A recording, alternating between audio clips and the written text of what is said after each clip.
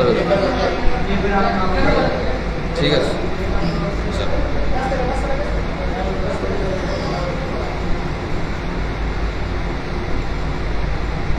আসসালামু আলাইকুম ওয়া রাহমাতুল্লাহি ওয়া বারাকাতুহু।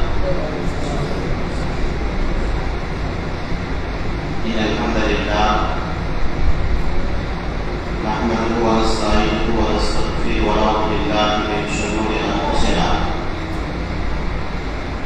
ওয়া মিন sayyi'ati a'malina may yahdihillahu fala mudilla lahu wa may yudlilhu fala hadiya lahu wa asyhadu an la ilaha illallah wahdahu la syarika lahu wa asyhadu anna Muhammadan abduhu wa rasuluhu amma ba'd.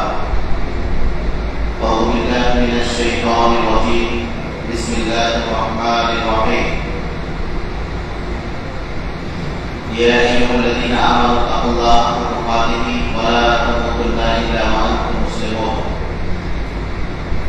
Ya ayyuhan nasu taqu rabbakum alladzi khalaqakum min nafsin wahidah wa khalaqa minha zawjaha wa batha minhuma rijalan katsiran wa nisaa wattaqullaha alladzi tasaaluna bihi wal arham innallaha kana 'alaykum raqiba.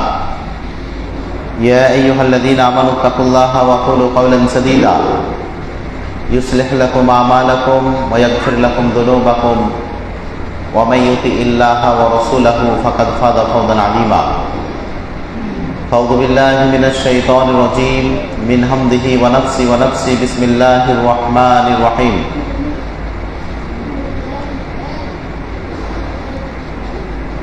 Qul huwallahu ahad Allahus samad lam yalid wa lam yulad wa lam yakul lahu kufuwan ahad. উপস্থিত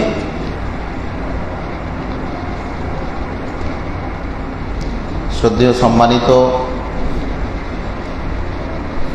আজ নস্করপুর বলবলপাড়া জামাতে আহলে হাদিসের মোকামি একটি indoor programme, এই দিনী আলোচনা সভার প্রধান আলোচক আমাদের শ্রদ্ধেয় সম্মানীয় পাত্র আব্দুল্লাহ সালাফি সাহেব, আমার পাশে বসে আছেন জামাতে আহলে হাদিসের একটি বড় দায়িত্বপ্রাপ্ত ব্যক্তি শেখ রফিকুল ইসলাম সাহেব।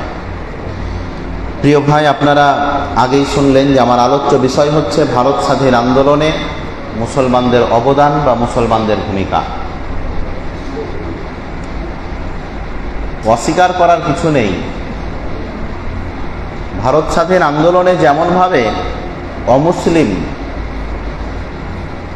রক্ত দিয়েছে, জান দিয়েছে, প্রাণ দিয়েছে, অনুরূপভাবে আমাদেরও ভূমিকা ইতিহাসের পাতায় জায়গা করে নিয়েছে। আজকে আমাদের এই বিষয়গুলি নিয়ে আলোচনা করার কেন প্রয়োজন পড়ছে? কেন আমাকে আমার জাতিকে বুঝাতে হবে যে ভারত স্বাধীন আন্দোলনে আমাদের ভূমিকা কি ছিল? তার একমাত্র কারণ হচ্ছে আজ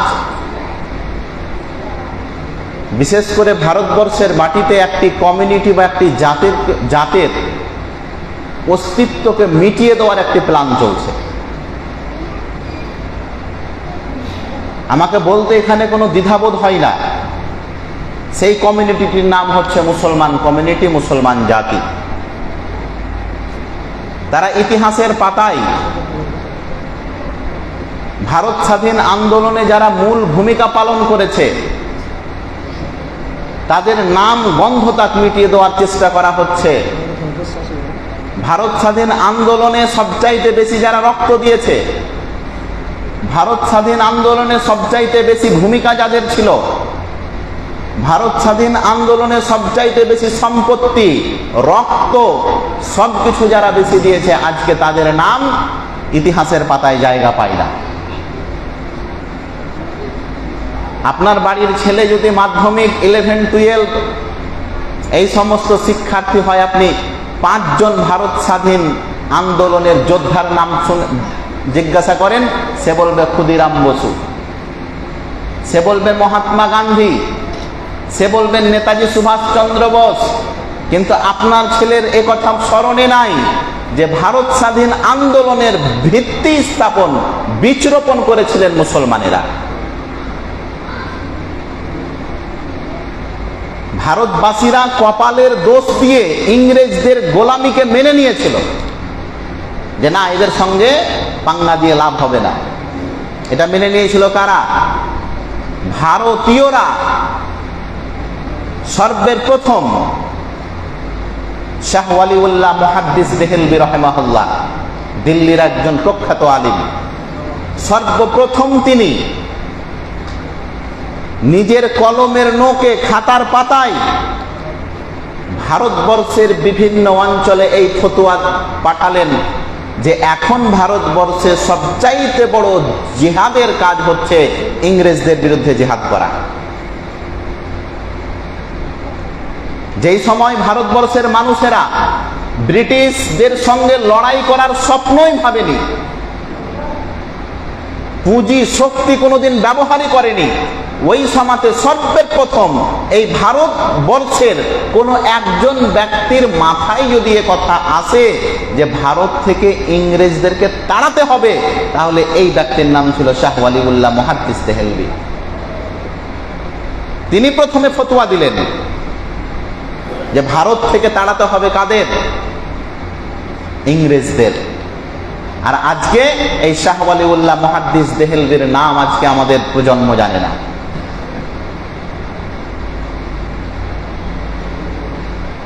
যেই মুর্শিদাবাদকে ওই যুগের রাজধানী তৈরি করা হয়েছিল, এই মুর্শিদাবাদের ভূমিকাও লেখনীয় স্বর্ণের অক্ষরে লেখা আছে।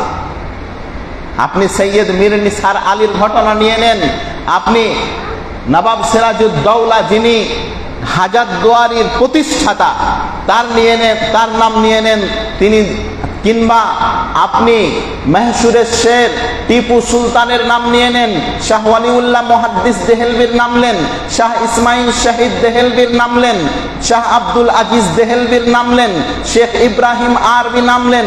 লক্ষ লক্ষ ইতিহাসের পাতায় ওই মর্দে মুজাহিদদের নাম রয়েছে যারা ইংরেজদের বন্দুকের ডগাতে জান্নাত দেখতে পেয়েছে। ইংরেজদের বন্দুক তাদের জিহাদি চেতনাকে কমাতে পারেনি। আজ আমাদের নাম কি দেওয়া হয়েছে? আমাদেরকে একঘরে করে দেবে। আমরা নাকি বলে শরণার্থী। কিছু বলতে গেলে বলে ৭২-এর আগে তোমার বাপের ভিটা মাটির সম্পত্তির রেজিস্ট্রির কাগজ দেখা। আমাকে দাগ খতিয়ান নাম্বার দেখাতে হবে। আমার কাছে কাগজ চাইছো তুমি কাগজটা আমার কাছে চাইও না। দিল্লির ইন্ডিয়া গেটে ৩ স্বাধীন আন্দোলনের যোদ্ধার নাম লেখা আছে, এখনো লেখা আছে। ৯১,৩০০ ভারত স্বাধীন আন্দোলনের শহীদদের মধ্যে ৬১,৩৯৪টাই নাম হচ্ছে মুসলমানদের। আপনি আশ্চর্য হলেন না? যত ধর্ম আছে ভারতবর্ষে, হিন্দু, বৌদ্ধ, জৈন, খ্রিস্টান, উমুক তুমুক, হেন তেন, সব মিলিয়ে হচ্ছে 40%। আর একাই মুসলমানেরা ছিল সেই দিন 60% ভারত স্বাধীন আন্দোলনের যোদ্ধারা। আর আজকে আমাদের কাছে চাইছো সার্টিফিকেট, আমাদের চাইছো দলিল, আমাদের কাছে চাইছো দাগ খতিয়ান নম্বর। যাও তুমি দিল্লির মাটিতে, আমাদের বাপদাদার নাম লেখা আছে, সংখ্যাটা ৬১,৩৯৪, তুমি তার কাছে গিয়ে কাগজপাতি মা চাইতে পাও না? আমাদের রক্তে রঞ্জিত হয়ে আছে লাল কেল্লা, আমাদের রক্তে রঞ্জিত হয়ে আছে কুতুব মিনার, আমাদের রক্তে রঞ্জিত হয়ে আছে হাজারদুয়ারি, আমাদের রক্তের সুঘ্রাণে তৈরি হয়েছে ইমামবাড়া। হাজারদুয়ারি দেখেননি? দেখেছেন না দেখেননি? হাজারদুয়ারি দেখেছেন? হাজারদুয়ারির সামনে যে বিল্ডিংটা, সেটা কি বিল্ডিং এর নাম? কথা বলেন।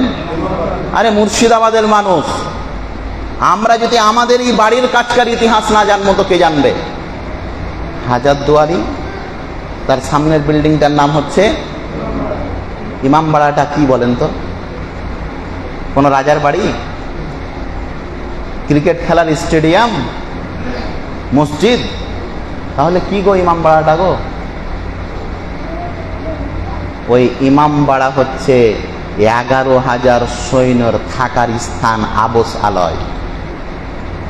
নবাব সিরাজউদ্দৌলা প্রায় 11 থেকে 15,000 সৈন্যকে ট্রেনিং দেওয়াতেন তিনি কোথায়? ইমামবাড়াতে।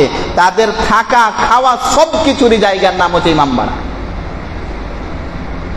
এটা আমাদেরই প্রতীক, এটা আমাদেরই বাপদাদারা বানিয়েছে। যারা আমাদের কাছে সার্টিফিকেট দেখতে চাইছো, ওই বাবুদেরকে বলছি তোমরা একটা ইমামবাড়া দেখাও না পশ্চিমবঙ্গের মাটিতে। আমাদের ইতিহাস এখনো কথা বলবে। যাও তুমি ইমামবাড়াকে যে জিজ্ঞাসা করো, ইমামবাড়া তোকে কেন তৈরি করা হয়েছে, সে গভীর কণ্ঠে বলবে এখানে একদিন বসবাস করতো মারদে মুজাহিদ, যাদের নাম ছিল মুসলিম। সম্মানীয় উপস্থিতি, বড়ই আশ্চর্য লাগে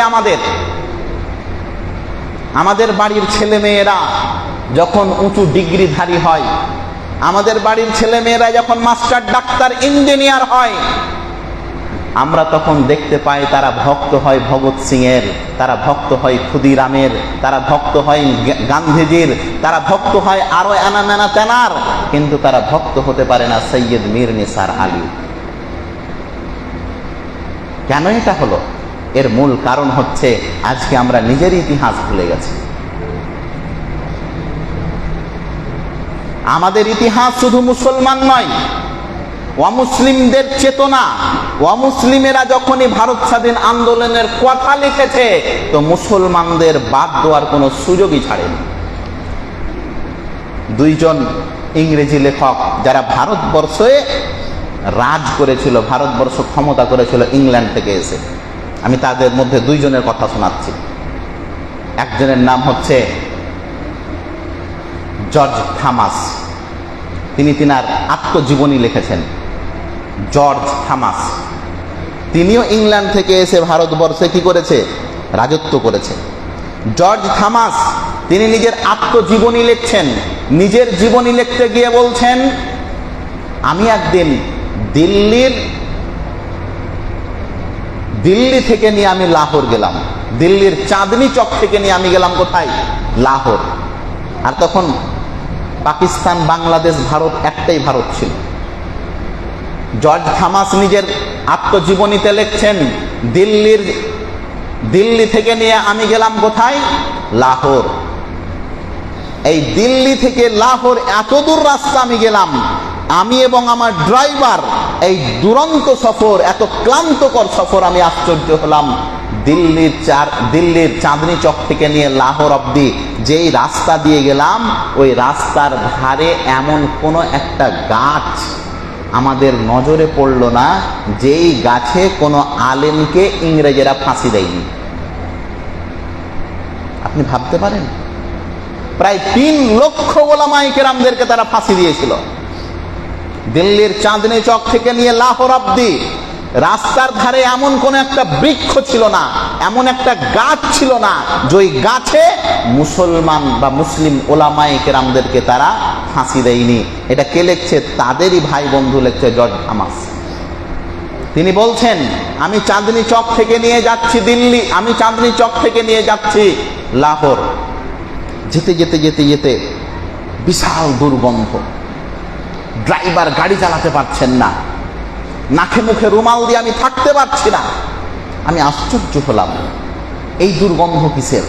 জর্জ থমাস বলছেন, আমার ড্রাইভার সমেত আমি গাড়ি থেকে বেরোলাম এবং খুঁজতে লাগলাম এই দুর্গন্ধ আসছে কোন দিক থেকে, আর দুর্গন্ধই বা কিসের। জর্জ থমাস একজন ইংরেজি লেখক, নিজের জীবনী লিখছেন তিনি, আর বলছেন, আমি আমার ড্রাইভার 1 পা 2 পা করে এগোতে এগোতে ওই দিক গেলাম যেই দিক থেকে দুর্গন্ধ আসছে। আমি একটা জায়গায় গিয়ে দেখছি আমার ভাইয়েরা তথা ইংরেজেরা, তিনি বলছেন আমার ভাইয়েরা মানে কারা? ইংরেজেরা, কারণ তিনি একজন ইংরেজ।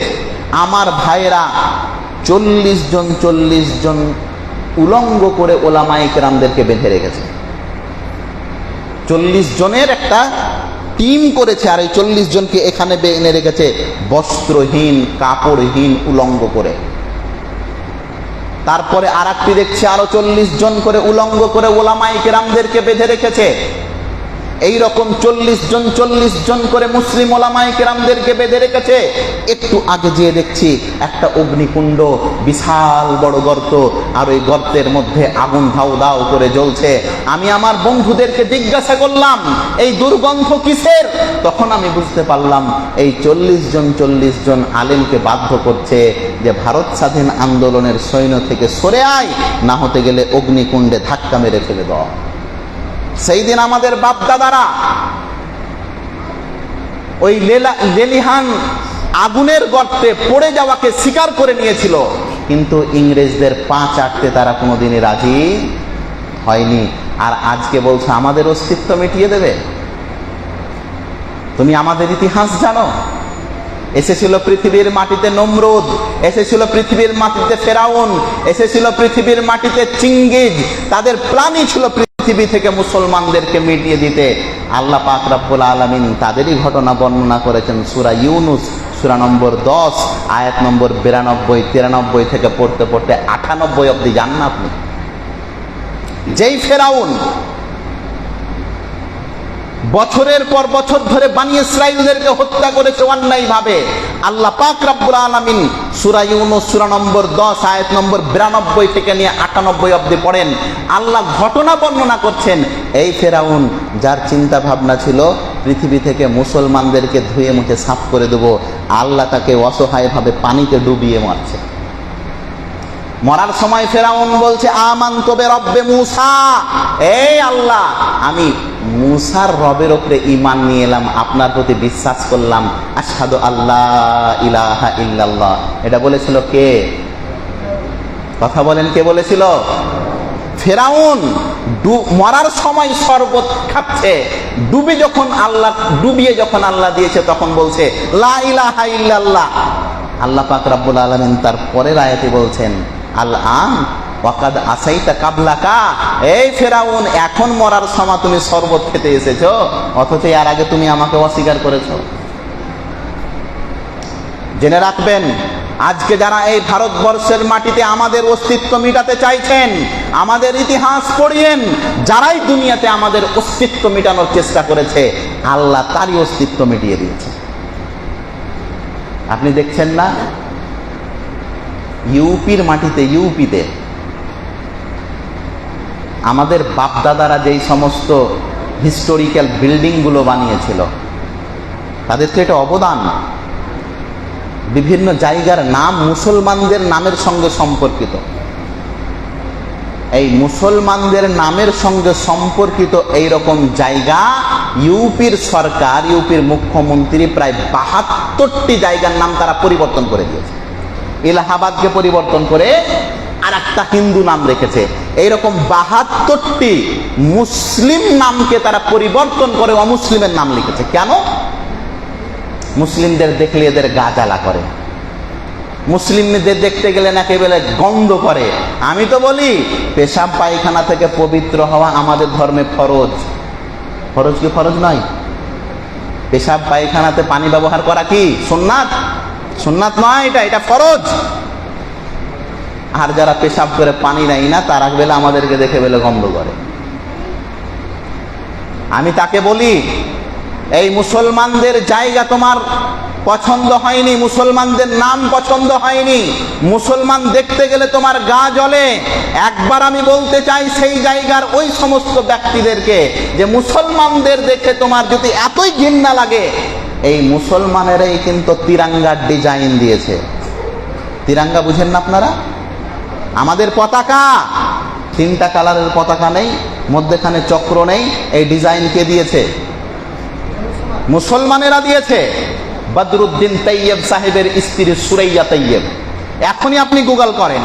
আমি তাকেও বলতে চাইছি যারা আমাদের নাম পরিবর্তন করে তোমাদের নাম ঢলে দিচ্ছ, একবার পারো না আমার বোন সুরাইয়া তৈয়বের ডিজাইনের পতাকা নেব না? তোমার কোমরে বল থাকে তো তোমার একটা পতাকা ভারতবর্ষে পাস করে দেখাও না। আমাদের দেখে যদি এতই ঘৃণা লাগে, আমাদের নাম পছন্দ না হয়, আমাদের পতাকা ডিজাইন তোমার আজকে অফিস আদালতে ঝুলছে, এখানে ঘৃণা লাগে না তোমাকে? কি করতে পেরেছো তুমি দুনিয়াতে? স্বাধীন ভারত যখন স্বাধীন হলো 1947-এর 15ই আগস্টে দিল্লির লাল কেলা, এখনো দেখবেন দিল্লির লাল কেলার সবচাইতে যেটা মুটকি, সবচাইতে উঁচু যেটা স্থান, সেখানে আমাদের পতাকা আছে, এখনো পতাকা আছে দেখবেন। 1947-এর 15ই আগস্টের পূর্বে সেখানে পতাকা ছিল ইংল্যান্ডের, ইংরেজদের। লালকেলাতে পতাকা ছিল কার? ইংরেজদের। 1947 15ই আগস্ট এর আগে অবধি সেখানে পতাকা ছিল কার? ইংরেজদের। সর্বের প্রথম 1947-এর 15ই আগস্ট যখন ভারত স্বাধীন হলো, এই ব্রিটিশ স্বাধীন আন্দোলনের একজন উপর লেভেলের নেতা শাহনওয়াজ হোসেন সর্বের প্রথম আল্লাহু আকবার বলে ওই লালকেলার মুটকিতে চেপে ইংরেজদের পতাকাকে সেখান দিয়ে ছিঁড়ে ফেলে আমাদের ভারতের পতাকা তিরঙ্গা লহরে ছিলেন যিনি, তার নাম হচ্ছে শাহনওয়াজ হোসেন। তুমি একবার তার পতাকা উত্তোলন বন্ধ করতে পারো না? সম্মানীয় উপস্থিতি, মনে রাখবেন আমাদের ইতিহাস বড়ই করুণ ইতিহাস। দিল্লির একজন বিখ্যাত আলিম মাহমুদ হাসান মাদানী, যতবার তার ইতিহাস পড়ি চোখ নাম হয়ে যায়। এরাই তো আমাদের অক্সিজেন। মাহমুদ হাসান মাদানী, কাফেরেরা, ইংরেজেরাই নাকে প্রতিদিন জেলে মারে, আর মারতে মারতে তখন ছাড়ে যখন মনে করে মরে যাবে, আর বাঁচবে না। তখন কি করে ইংরেজেরা? ছেড়ে দেয় যে আর বাঁচবে না, ছাড়। কিন্তু আল্লাহর কি কাম, বেঁচে যায়। মাহমুদ হাসান মাদানী কিন্তু তিনি মরেন না, প্রতিদিন এইরকম ভাবে ইংরেজেরা ঠাঠায়। একবার ইংরেজ জেলার, যে জেলের দায়িত্বে থাকে জেলার, সে মাহমুদ হাসান মাদানীকে ডেকে নিয়ে গেলেন, তাকে বুঝাচ্ছেন যে মাহমুদ, নিজের জানের উপরে একটু দয়া করো, নিজের দেহের উপরে একটু দয়া করো। আমরা তোমাকে মারতে মারতে তখন ছাড়ি যখন মনে করি মরে যাবে তুমি, আর আমরা মারি না। আর এই ঘটনা তোমার সঙ্গে প্রতিদিন ঘটে। তুমি ভারত স্বাধীন আন্দোলনের সৈন্য হইও না, তুমি এই আন্দোলন ছেড়ে দাও, আমাদের পক্ষে হয়ে যাও। তোমাকে কি মৃত্যু বলে ভয় লাগে না মাহমুদ? এটা কে বলছে? ইংরেজ জেলার বুঝাচ্ছে যে একটু জানের উপরে দয়া করো। মর বলে কি, মরণ বলে কি তোমাকে একটুও ভয় হয় না মাহমুদ? সম্মানীয় উপস্থিতি, শোনেন আমাদের ইতিহাস কত করুণ দেখেন। মাহমুদ হাসান তখন নিজের পকেট থেকে একটা সাদা রুমাল বের করলেন। কি বের করলেন? সাদা রুমাল। আর তিনি নিজের কাঁধে রেখে দিলেন ওই সাদা রুমালটি। মাহমুদ হাসান সাহেব তখন জিজ্ঞাসা করছেন ওই ইংরেজ জেলারকে যে জেলার বাবু বলেন তো আমার কাঁধে কি আছে? জেলার বাবু তখন হাসতে হাসতে বলছেন, আরে এটা তো তোমার সাদা রুমাল, এটা আবার জিজ্ঞাসা করার চিহ্ন আছে? মাহমুদ হাসান মাদানী সেই দিন ইংরেজ জেলারকে বলেছিলেন, আপনার চোখে হতে পারে এটা রুমাল, কিন্তু আমার চোখে এটা একটা কাফন। প্রতিদিন পকেটে নিয়ে থাকে আর আল্লাহকে বলি, আল্লাহ এই ইংরেজদের অত্যাচারে যদি আমার দম বন্ধ করে দাও তুমি, আর আমার যদি কাফন দাফন না হয়, তো এই রুমালটাকে নিয়েই যেন আমি মরে যেতে পারি। তুমি কাকে মৃত্যুর ভয় দেখাচ্ছ? তুমি কাকে মৃত্যুর কথা বলছো?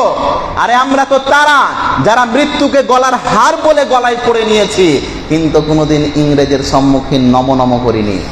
একটা ইতিহাস দেখাও, একটা ঘটনা দেখাও, আর তোমাদের ঘটনা যদি বলতে লাগে তাহলে তুলা বাঁচতে বাঁচতে তোমার কম্বলি শেষ হয়ে যাবে।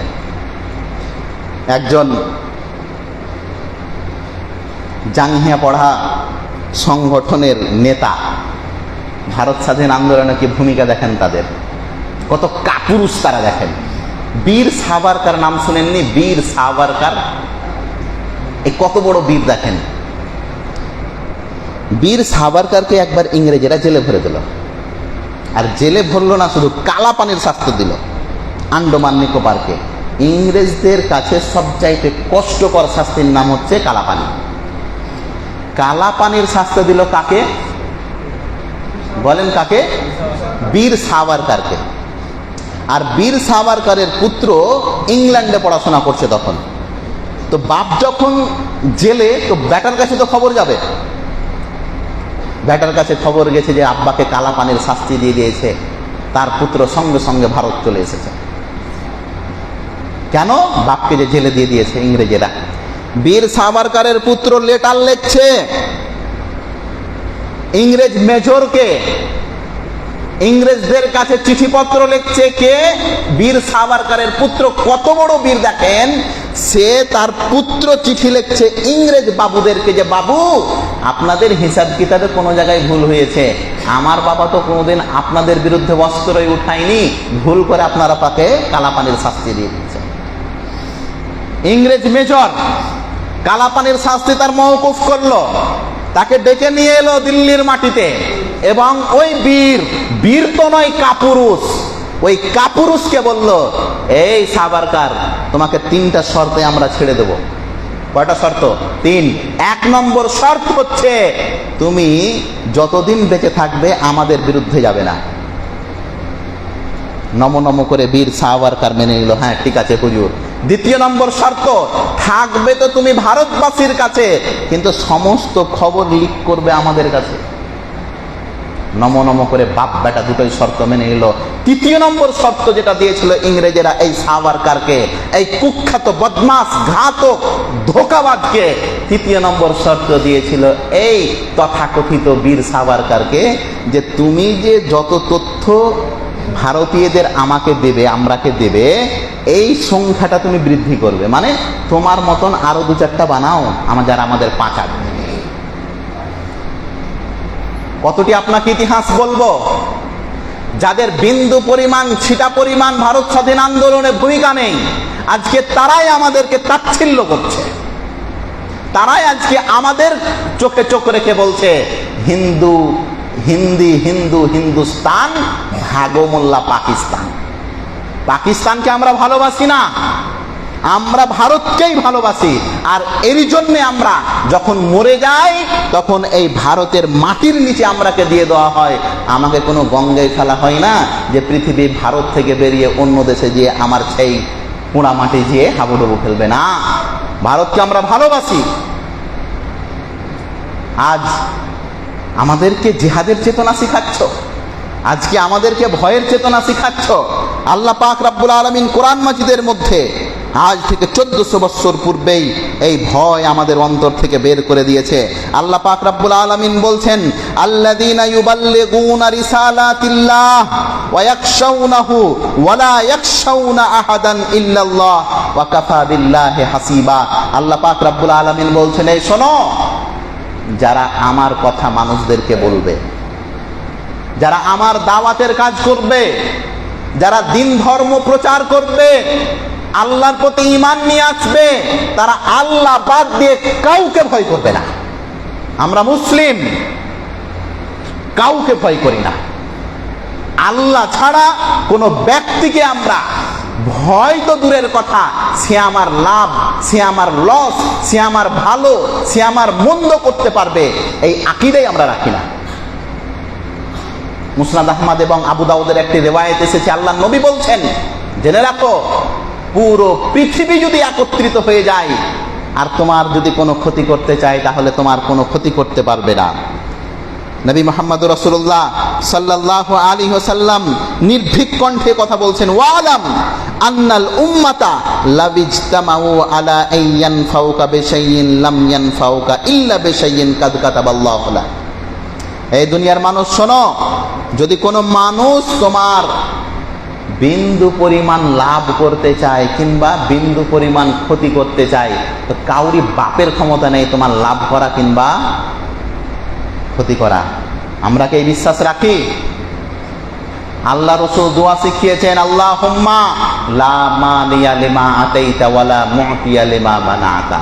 হে আল্লাহ, তুমি যাকে দাও তার কাছ থেকে ছিনিয়ে কেউ নিতে পারবে না, আর তুমি যার কাছ থেকে ছিনিয়ে নাও তাকে দিতে কেউ। এই আকীদা আছে কি নেই আমাদের? আজকে তুমি কত বন্ধুকের নখ দেখাও, কত এলো আর কত গেল, এটা আমরা কোনোদিন পরোয়া করিনি, আর ইনশাআল্লাহ কোনোদিন করব না। ভারত স্বাধীন আন্দোলনের আরেকজন সিপাহ সালারের ঘটনা শোনায় আপনাকে। আমাদের অবদান প্রত্যেক জায়গায়। কোথায় বলবো? মুর্শিদাবাদের কয়েকটা ঘটনা বলি। দেলালপুর মাদ্রাসা নাম শুনেননি আপনারা? দেলালপুর মাদ্রাসা নাম শুনেননি? এই তো ঝাড়খণ্ড, এখানে আমতলা, গগন পাহাড়ি, তারপরে দেলালপুর, এদিকে আছে দেলালপুর, খুব বেশি দূর নয়। এই দেলালপুর মাদ্রাসার ভিত্তি স্থাপন হয়েছিল, শুধু এই দেলালপুর মাদ্রাসা তৈরি হয়েছিল ইংরেজদেরকে তাড়ানোর জন্যে। আপনি ইতিহাস পড়িয়েন, এখনো আপনাকে জ্বলন্ত প্রমাণ আমি দিতে পারি। কোনো দিন যদি সেই দিক যান, ওই দেলালপুরের দিক, তো দেলালপুর মাদ্রাসা অবশ্যই যাবেন। জিজ্ঞাসা করবেন সেখানের ছাত্র শিক্ষকদেরকে যে এই দেলালপুর মাদ্রাসাতে বলে একটা বিল্ডিং আছে, যে বিল্ডিং এর নাম তাহখানা। তাহখানা মানে মাটির নিচে বিল্ডিং, মাটির নিচে বিল্ডিং। এই যে উপরে দেখছেন বিল্ডিং, তো আমাদের এর নিচে কি আছে? মাটি। কিন্তু মাটির নিচেই বিল্ডিং করেছিলেন ওই যুগে কারা? ওলামায়ে কেরামেরা। কেন? একদিকে তাদেরকে কোরআন এবং হাদিসের শিক্ষা দেওয়া হতো, অপরদিকে তাদেরকে ট্রেনিং দেওয়া হতো কি করে ইংরেজদেরকে ভারত ছাড়া করতে হবে। আমাদের বাংলার বীর সৈয়দ মীর নিসার আলীর ঘটনা কে না জানে? একদিকে ছিলেন 1 নম্বর তৌহিদবাদী, দুই দিকে ছিলেন ইংরেজদের বিতাড়িত করার মুখ্য রূপ প্লে করেছিলেন তিনি। আপনি আশ্চর্য হবেন, সৈয়দ মীর নিসার আলী, যাকে ইংরেজেরা তিতুমির বলে, সৈয়দ মীর নিসার আলী একসঙ্গে 3 রকম আন্দোলন করতেন। কত রকম? একসঙ্গে 3 রকম আন্দোলন। কত রকম জানেন? 3 রকম। 1, শিরক ও বিদআতের উত্থান। ইংরেজদের আমলে, আজকে যারা আমাদেরকে বলছো না যারা ইংরেজদের বাচ্চা, আরে ইংরেজদেরকে তাড়াতে সবচাইতে বেশি ভূমিকা পালন আমরাই করেছি। ওলামায়ে সাদেকপুরকে গিয়ে জিজ্ঞাসা করো, পাটনার পাশের এলাকা একটা গ্রামের নামই আছে সাদেকপুর, একই পরিবারের প্রায় 300 জন আলেমকে তারা হত্যা করেছে, ফাঁসি দিয়ে দিয়েছে, সবটি আহলে হাদিস। সৈয়দ মীর নিসার আলী একসঙ্গে আন্দোলন করতেন 3 রকম। 1 নম্বর আন্দোলন ছিল কি? শিরক ও বিদআতের বিরুদ্ধে আন্দোলন। কবর পূজা, মাজার পূজা, মানুষ পূজা, খানকা পূজা, পীর পূজা, এই সমস্তকে উত্থান করার জন্য ইংরেজদের সঙ্গে লড়াই করছেন। আর ওই সময়তে আরেকটা আন্দোলন আছে কি? শিরক ও বিদআত মুক্ত সমাজ তৈরি করা।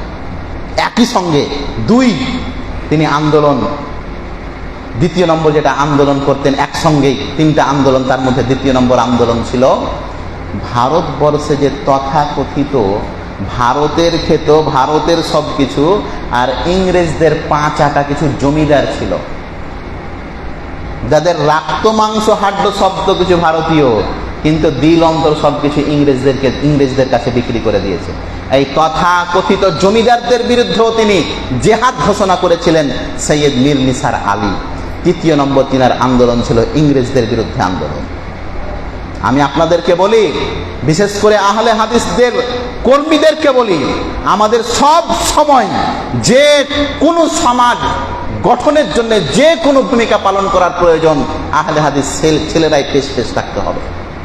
আমাদের চাইতে দক্ষ, আমাদের চাইতে ট্যালেন্ট, আমাদের চাইতে বেশি সুযোগ সম্পূর্ণ এরকম কে ব্যক্তি হতে পারে?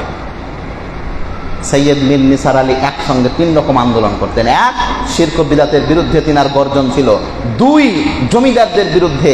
3, ইংরেজদের বিরুদ্ধেও তিনি উদাহরণস্বরূপ মিসালি কাজ করে গেছেন। সৈয়দ মীর নিসার আলীর কি লম্বা লম্বা দাড়ি, ইংরেজেরা দাড়ি দেখে জ্বলে। সৈয়দ মীর নিসার আলীকে বলল দাড়ি রাখতে দেওয়া হবে না। ও দাড়ি কাটা ছোকরারা সব যারা আজকে মজা করছো, দাড়ি কেটে কত চিকনা লাগছে তোমাকে দেখতে। 8:10 পর্যন্ত চলে, 55 ছিল যে 8:30। সৈয়দ মীর নিসার আলীর কি লম্বা লম্বা দাড়ি। ইংরেজেরা ফতুয়া জারি করলো, এই তিতুমির দাড়ি রাখতে পাবি না, দাড়ি কাট। কিন্তু তো আহলে হাদিসের বান্দা যারা আজকে বলছো না দাড়ি ছাঁটাই হয়েছে, হিকমত মৌলভী সাহেব হিকমত মসজিদ ইজতেমা করে বেড়াচ্ছে, আর কি বলছে দাড়ি কাটাটাও নাকি বলে হিকমত। আল্লাহ মাফ করুন। গণতান্ত্রিক কিছু একটা ইসলামী সংগঠন আছে আমাদের এলাকাতে, দেখবেন যারা আল্লাহ রসুলের চেহারাকে পছন্দ করে না, হিকমতের নাম দিয়ে বহুত ডরে দাড়ি কাটে। কার ভয়ে দাড়ি কাটে? আরে জ্বলন্ত আমাদের কাছে কিছু প্রমাণ আছে, কিছু ছেলে লম্বা লম্বা দাড়ি, ভাই দাড়ি যে কেটে নিলাম, বাড়িতে অশান্তি মন্ত্রী সাহেব দাড়ি নিয়ে। মসজিদে আল্লাহর কসম করে বলছে এটা মিথ্যা কথা বলি না। আমি নাম বলতে গেলে আমাদের পাড়ার ছেলেরা চিনতে পেরে নেবে যে হ্যাঁ এটা ওই লোকটার নাম বলছে। মাশাআল্লাহ দাড়ি, তার দাড়ি দেখে কোনো সময় আমাদের লজ্জা হতো, আমাদের দাড়ি অত বড় হয় না, হ্যাঁ, অথচ ছোট হতে হতে হতে এখন একদম ছোকরা হয়ে গেছে। আমি একদিন ইয়েটি করতে করতে জিজ্ঞাসা করলাম এই ঘটনা কেন? মন্ত্রী সাহেব বাড়িতে প্রতিদিন অশান্তি। যার চেহারা আল্লাহ নবীর পছন্দ নয় সে ইসলামী সংগঠনের আমরা চেরে নাও দাম দিই। আমরা তো হচ্ছি তার উত্তরসূরি। উমর রাদিয়াল্লাহু তাআলা আনহু যখন মদিনা থেকে সিরিয়া যেতেন, মদিনা থেকে সিরিয়া, তো রাস্তার মধ্যেখানে একটা কর্নার, একটা বাঁকাতে কিছুক্ষণ দাঁড়াতেন, বিশ্রাম করতেন, সওয়ারি উটকে কিছু পান করাতেন। তো সাহাবায়ে কেরাম মাঝে মাঝে বলতেন, আমিরুল মুমিনিন যখনই এই রাস্তাটা দিয়ে যায় তখনই আপনি এখানে দাঁড়ান কেন? এখানে দাঁড়াতে কি কোনো লাভ লস আছে? আমিরুল মুমিনিন উমর ইবনুল খাত্তাব রাদিয়াল্লাহু তাআলা আনহু তিনি বলেছিলেন নিজের সৈন্য সাথীদেরকে, শোনো, আমি জানি না এতে লাভ আছে না লস আছে, আমি জানি না এটা সুন্নাত, আমি জানি না এতে আমার কি নেকি আছে, কিন্তু শোনো, আমিও আল্লাহর নবীর সঙ্গে যখন এই পথ দিয়ে যাতায়াত করতাম আমি কোনোদিন দেখিনি যে আল্লাহর নবী এই পথের ঠিক এই জায়গাটাতে একদিনও দাঁড়াননি। আল্লাহ নবী এই রাস্তা দিয়ে যেতে গেলে এখানে দাঁড়াতেন, একটু বিশ্রাম নিতেন, একটু জলপান করতেন। আল্লাহ নবীর এই নিয়ম, এই পদ্ধতি আজকে আমি ছাড়তে পারছি না। আল্লাহ নবী যে জায়গায় থেমেছে ওই জায়গায় আমি থামবো না? আজকে আমরা উমারের অনুসারী, আমরা তো চাই নবী মুহাম্মদ সাল্লাল্লাহু আলাইহি সাল্লামের বিন্দু বিন্দু পরিমাণও যদি সুন্নাত কোনো জায়গায় পাই সেটার উপরে যদি আমল কেউ বেশি করে থাকে আহলে হাদিসেরাই করে থাকে। এটা আমরা গর্ব করে বলি। আজকে কিছু লোক বলছে না যে এরা খাদ্যদ্রব্য ফিতরা দিয়ে সমাজের মধ্যে ফিতনা সৃষ্টি করেছে। আমি বলেছি যদি খাদ্যদ্রব্য ফিতরাতে খাদ্যদ্রব্য দিয়ে যদি আমরা ফিতনা তৈরি করে থাকি তো মনে রাখো নবী মুহাম্মদ সাল্লাল্লাহু আলাইহি সাল্লামকে তুমি কোন ক্যাটাগরিতে ফেললে? কোন ক্যাটাগরিতে ফেলেছো তুমি? ফিতনাবাজ যদি আমরা হয় তাহলে তো তোমার কথা অনুযায়ী আমাদের চাইতে বড় ফিতনাবাজ ছিলেন নাউজুবিল্লাহ আস্তাগফিরুল্লাহ আল্লাহর নবী। তিনি তো মূর্তি পূজাগুলোকে ভেঙে দিয়েছিলেন, তিনি ফিতনা তৈরি করেছিলেন। সৈয়দ মীর নিসার আলী, লম্বা লম্বা দাড়ি, ইংরেজেরা বলল তিতুমির তুমি দাড়ি রাখতে পাবে না, তোমাকে দাড়ি চাঁচতে হবে। সৈয়দ মীর নিসার আলী বললেন গলা কেটে দেবো কিন্তু দাড়ি কাটা যাবে না। কি বলেছিলেন? গলা কেটে দেবো কিন্তু দাড়ি কাটা যাবে না। এটাই হচ্ছে আহলে হাদিসদের ঈমান এবং আকীদা। গলা কেটে দেব তবু ভালো, নবী মুহাম্মদ সাল্লাল্লাহু আলাইহি সাল্লামের সুন্নাতের উপরে আক্রমণ হবে এটা আমরা মেনে নেব না। এটাই আমাদের সালাফে সালেহিন শিখিয়েছেন, সাহাবায়ে কেরাম শিখিয়েছেন। জিহাদের কি চেতনা ছিল তাদের মধ্যে? আল্লাহু আকবার। ঘটনাগুলো ব্রেনে খুদবু দিয়ে গেলে এখন ইচ্ছে করছে ঘটনাগুলো বলি, কিন্তু বিষয়ের সঙ্গে সম্পর্কিত নয়, এর জন্য আমি বলতে পারছি না। একজন সাহাবী বদরের যুদ্ধে আল্লাহর নবী দেখছেন সে খেজুর খাচ্ছে বসে বসে। কি খাচ্ছে? খেজুর। আল্লাহর নবী বদরের যুদ্ধের প্রস্তুতি নিচ্ছেন, একজন ব্যক্তি খেজুর খাচ্ছেন বসে বসে প্যাকেটে ভরা। তো আল্লাহর নবী মুহাম্মদ সাল্লাল্লাহু আলাইহি সাল্লাম বলেন কুমু, এই তোমরা দাঁড়াও, চলো সেই জান্নাতের দিকে যে জান্নাতের দৈর্ঘ্য প্রস্থ হচ্ছে আকাশ সমূহ, আকাশের সমান। তো যে লোকটা খেজুর খাচ্ছিল ওই লোকটা থেমে গেল। আপনি কি বললেন আল্লাহর নবী? জান্নাত এত বড়, তো ওই জান্নাত গেলে কি করতে হবে আল্লাহর নবী? আমার সঙ্গে যুদ্ধতে যেতে হবে। ওই ব্যক্তি খেজুর খাচ্ছিলেন, কি করছিলেন? খেজুরটিকে নিয়ে ছুঁড়ে ফেলে দিলেন। আল্লাহর নবী বললেন এটা কেন করলে তুমি? সেই ব্যক্তি আল্লাহর নবীকে বলছেন আল্লাহর নবী এই দুনিয়ার চাইতে কি জান্নাতটা কম সস্তা? এই দুনিয়াটা কি বেশি দামি? আরে আমি যতক্ষণ খেজুর খাবো ততক্ষণ তো অনেক সময় চলে যাবে, আমি তো তাড়াতাড়ি জান্নাতে যেতে চাই, এর জন্য খেজুর খাওয়া আমি ভ্রুক্ষেপ করলাম না, খেজুরকে ছুঁড়ে ফেলে দিলেন। সৈয়দ মীর নিসার আলীকে ইংরেজেরা বলল দাড়ি তো তুই রাখতে পাবি না বাবু, দাড়ি তো কাটতে হবে। সৈয়দ মীর নিসার আলী দাড়ি কাটবো না। তাকে বাধ্য করা হলো, যদি দাড়ি রাখো তিতুমির, তুমি তাহলে কি করতে হবে? শতকরা দাড়ি যদি রাখো তাহলে বাৎসরিক তোমাকে 2 টাকা করে দাড়ির ট্যাক্স দিতে হবে। কিসের ট্যাক্স? কর কর কর ট্যাক্স। দাড়ি রাখার কারণে আমাদের পূর্বপুরুষেরা কর দিয়েছে গো, ট্যাক্স দিয়েছে। বছরে 2 টাকা করে সরকারকে দিয়েছে। কেন? দাড়ি রাখবো রে, দাড়ি কাটবো না।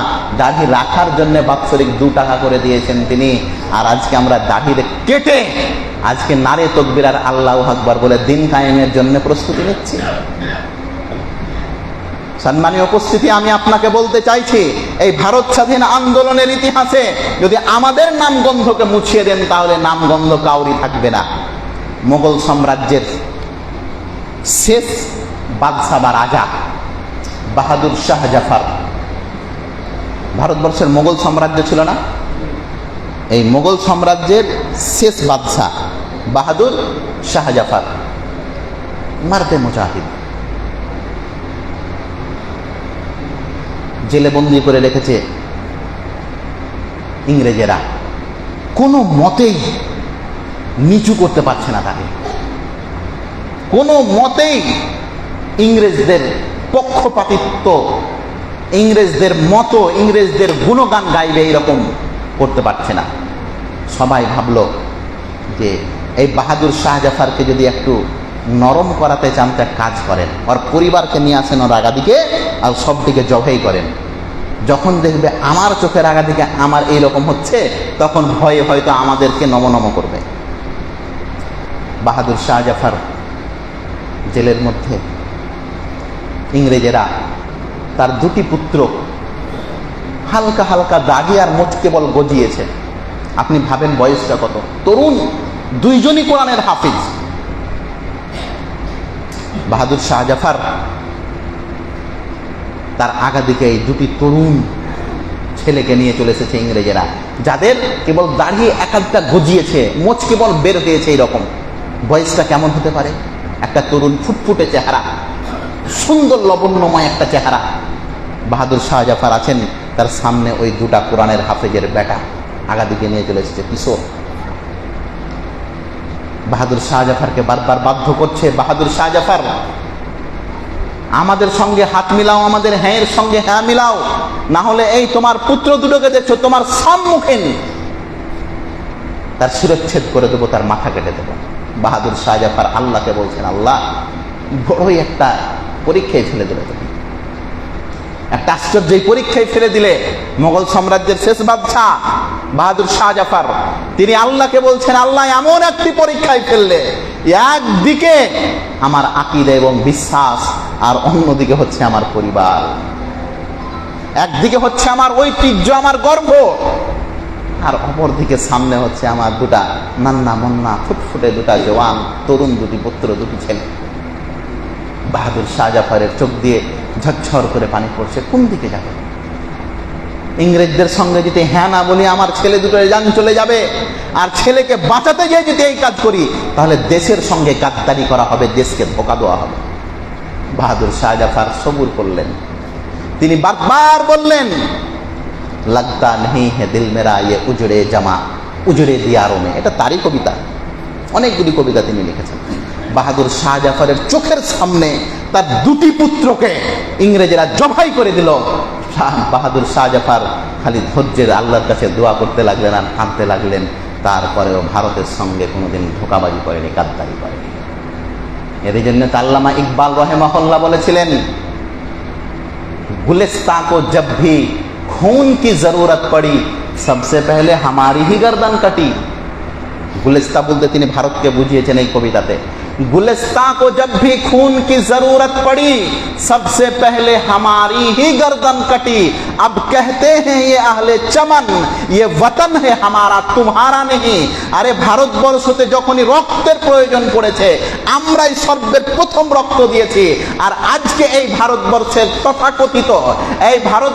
তথাকথিত গুন্ডারা যে এসে আজকে আমাদেরকে বলা হচ্ছে তোমরা হচ্ছে শরণার্থী, তোমাদেরকে এনআরসি করা হবে আর এমপিআর করা হবে, তোমাদের অমুক অমুক সালের তোমাদের কার্ড দেখাতে হবে, না হলে ভারত থেকে তোমাকে বের করে দেওয়া হবে।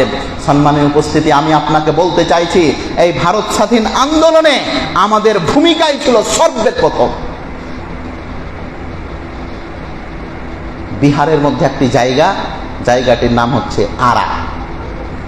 যিনারা ফারাক্কা এক্সপ্রেসে কোনোদিন দিল্লি গেছেন, আমি তাদের একটু স্মরণ করার জন্য বলছি যে মনে থাকবে বেশি।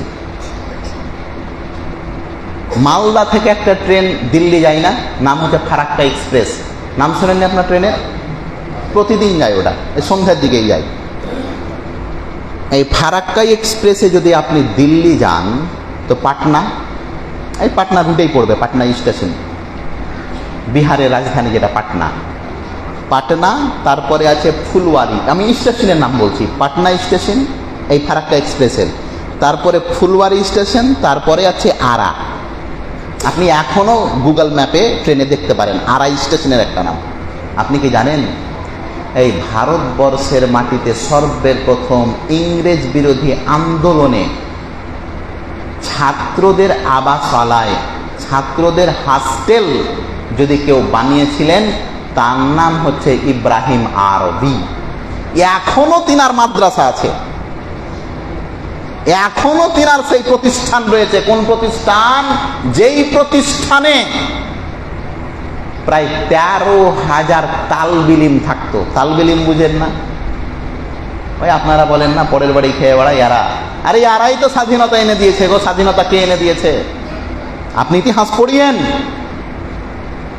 প্রায় 13,000, 12 থেকে 13,000 এই তালবিলিম এই মাদ্রাসার পড়ুয়াদেরকে ওখানে রেখেছিলেন। 13,000 এখনো বিল্ডিং আছে, এখনো মাদ্রাসা আহমাদিয়া সালাফিয়া নাম, এটা জামিয়া সালাফিয়া শাখা আছে। এই মাদ্রাসা তৈরি হয়েছিল, ভিত্তি স্থাপন হয়েছিল ইংরেজদের বিরুদ্ধে আন্দোলনের। কাউরি ব্রেনে কথা ছিল না যে ছেলেদেরকে হস্টেলে রেখে পড়াশোনার ব্যবস্থা করতে হবে। সর্বপ্রথম ভারতবর্ষে কোনো প্রতিষ্ঠানে যদি ছেলেদেরকে রেখে শিক্ষার ব্যবস্থা করে থাকে 24 ঘন্টা রেখে, তাহলে ওটা হচ্ছে ইব্রাহিম আরবির প্রতিষ্ঠিত মাদ্রাসা আহমাদিয়া সালাফিয়া আরাতে এখনো রয়েছে। প্রিয় বন্ধু, ভারত স্বাধীন আন্দোলনে আমাদের ভূমিকা সবসময় অগ্রভাগ। স্বাধীন ভারতের প্রথম প্রধানমন্ত্রী কি নাম? জওহরলাল নেহেরু। তিনার একটি নিজের লিখিত একটি বই আছে, ডিসকভারি অফ ইন্ডিয়া। তিনি বলছেন, ওই বইয়ের মধ্যে উল্লেখ করছেন তিনি যে আমি যখন ভারত স্বাধীন আন্দোলনের কথা নিয়ে এলাম আমার বইয়ে, তো সব সময় আমার মাথায় আসতো ওলামায়ে সাদেকপুরের অবদান।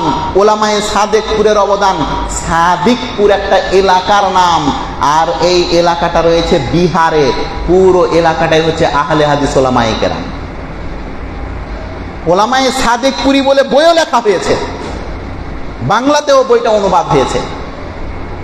স্বাধীন ভারতের প্রথম প্রধানমন্ত্রী পণ্ডিত জওহরলাল নেহেরু তিনি বলছেন, যখনই আমি ভারত স্বাধীন আন্দোলনের যোদ্ধাদের নাম লিখতে বসলাম, সর্বপ্রথম আমার ব্রেনে এলো ভারতের মধ্যে সবচাইতে বেশি আন্দোলন যদি কেউ করে থাকে ওলামায়ে সাদেকপুরের মুলবি সাহেবেরা, এই পাঞ্জাবি টুপি পড়া দাড়িওয়ালারা।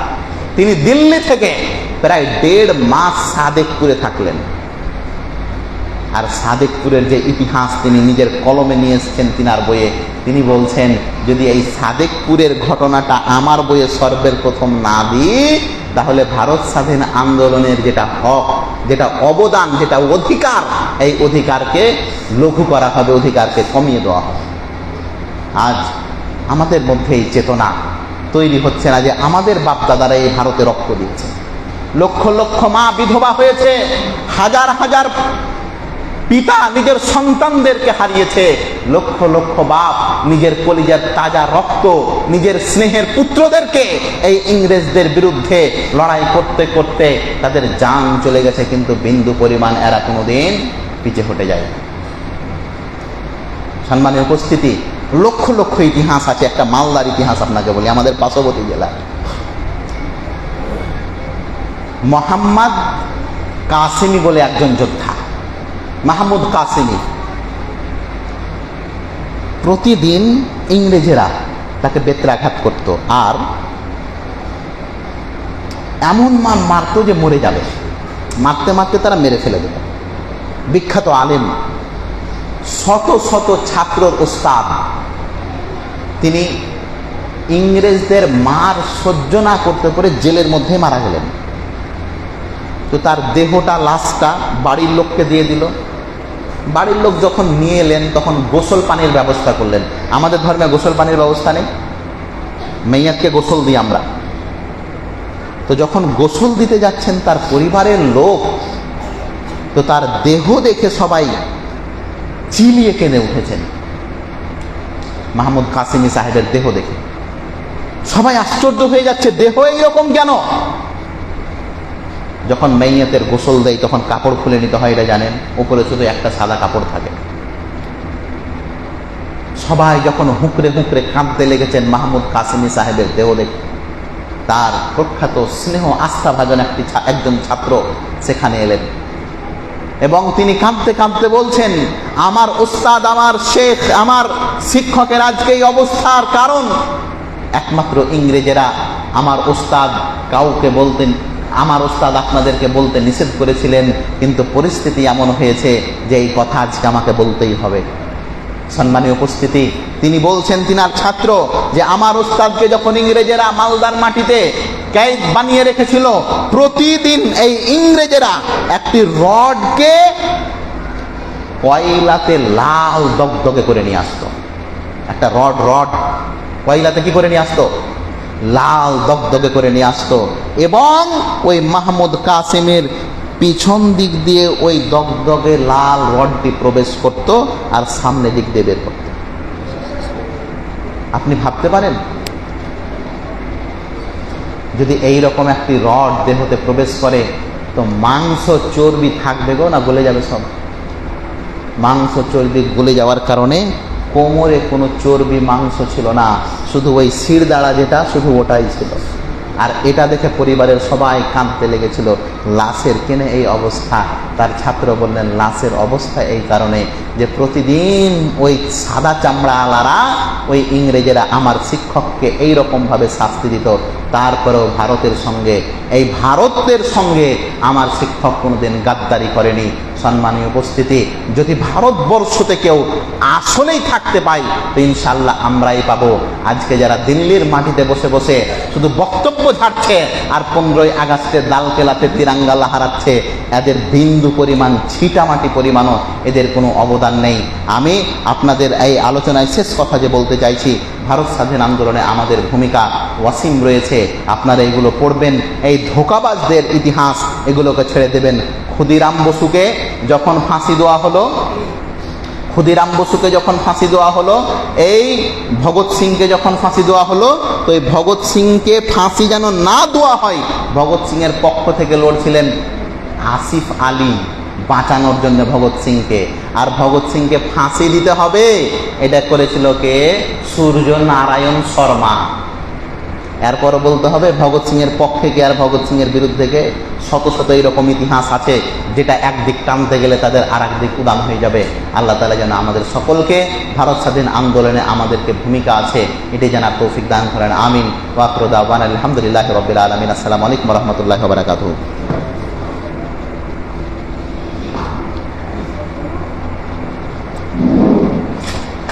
আলহামদুলিল্লাহ, আমরা গুরুত্বপূর্ণ আলোচনা শুনছিলাম এবং এই ইতিহাস আমাদেরকে ভুলে যাওয়া চলবে না। ইতিহাস যখন আমরা ভুলে যাব তখন আমাদের কি অবদান আছে এটা আমরা প্রমাণ করতে পারব এবং আমাদের আগামী প্রজন্ম তারা জানতেই পারবে না যে আমাদের কোনো অবদান ছিল।